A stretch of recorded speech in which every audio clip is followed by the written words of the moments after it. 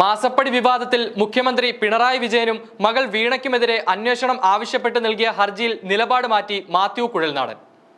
Vigilance അന്വേഷണത്തിന് ഉത്തരവിടുന്നതിന് പകരം കോടതി നേരിട്ട് കേസെടുത്താൽ മതിയെന്നാണ് പുതിയ ആവശ്യം. മാത്യു നിലപാട് മാറ്റിയതിന് പിന്നാലെ ഹർജിയിൽ വിധി പറയുന്നത് തിരുവനന്തപുരം പ്രത്യേക വിജിലൻസ് കോടതി മാറ്റിവെച്ചു.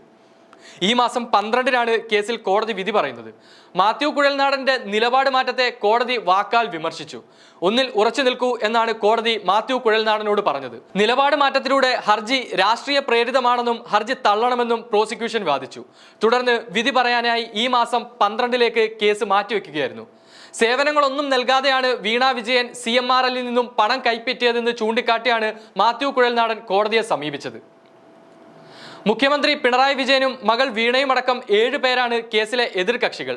പിണറായിയും മകൾക്കും പുറമെ CMRL ഉടമ SN ശശിധരൻ കർത്ത, CMRL, KMML, Indian rail earth, Exalogic എന്നിവരാണ് എതിർകക്ഷികൾ. ആറാട്ടുപുഴയിൽ ധാതുമണൽ ഖനനത്തിനായി കർത്ത സ്ഥലം വാങ്ങിയെങ്കിലും 2004-ലെ സംസ്ഥാന ഉത്തരവും കേന്ദ്ര നിയമങ്ങളും എതിരായതിനാൽ ഖനനാനുമതിയിൽ ലഭ്യമായിരുന്നില്ല. കേരള ഭൂവിനിമയ ചട്ടപ്രകാരം പ്രസ്തുത ഭൂമിക്ക് ഇളവ് ലഭ്യമാക്കാനുള്ള കർത്തയുടെ ശ്രമങ്ങളും പരാജയപ്പെട്ട സാഹചര്യത്തിലാണ് വീണ CMRL-ലുമായി കരാറിൽ ഏർപ്പെട്ടിരുന്നത്.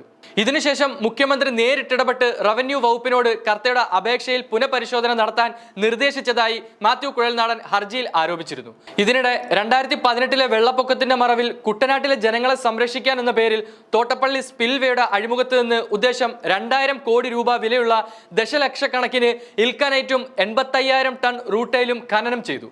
സർക്കാർ അധീനതയിലുള്ള KMML-ലാണ് ഖനനാനുമതിയെങ്കിലും KMML-ൽ നിന്ന് ക്യൂബിക്കിന് വെറും 464 രൂപ നിരക്കിൽ CMRL ഇവ സംഭരിക്കുന്നുവെന്നും ഹർജിയിൽ ആരോപിച്ചിരുന്നു.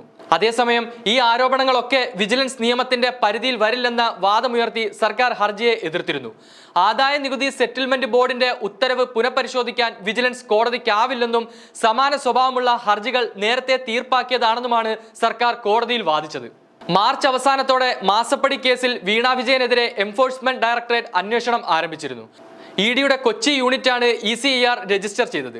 കേസുമായി ബന്ധപ്പെട്ട് SFIO അന്വേഷണം നടക്കുന്നതിനിടയിലായിരുന്നു ഈ നടപടി. കേസിൽ പ്രാഥമിക പരിശോധന നടത്തിയ ശേഷമായിരുന്നു ED നടപടികളിലേക്ക് കടന്നത്. ആദായ നികുതി വകുപ്പിന്റെ റിപ്പോർട്ടുകളുടെ അടിസ്ഥാനത്തിലായിരുന്നു EDയുടെ നടപടി. പോലീസ് FIR രജിസ്റ്റർ ചെയ്യുന്നതിന് തുല്യമായ നടപടിയാണ് ECIR. വീണയുടെ എക്സാലോജിക് കമ്പനി ഉൾപ്പെടെ SFIO അന്വേഷണം നേരിടുന്നവരെല്ലാം ED അന്വേഷണ പരിധിയിലാണ്. വീണയുടെ കമ്പനിയായ എക്സാലോജിക്കും അന്വേഷണ പരിധിയിൽ ഉൾപ്പെടുത്തിയിട്ടുണ്ട്.